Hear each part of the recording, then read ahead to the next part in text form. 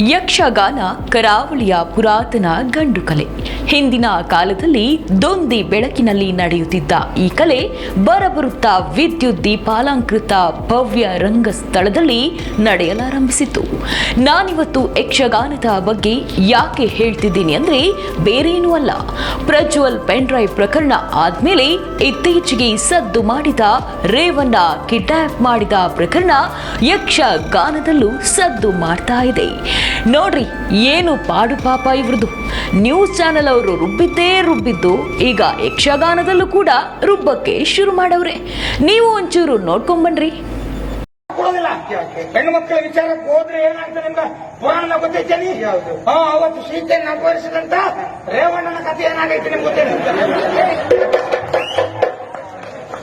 ರೇವಣ್ಣ ಅಲ್ಲ ಸೀತೆಯನ್ನು ಅಪಹರಿಸಿ, ಮತ್ತೆ ರೇವಣ್ಣ ಬೇರೆ ಯಾರನ್ನ ಅಪಹರಿಸಿ ಸೀತೆಯನ್ನ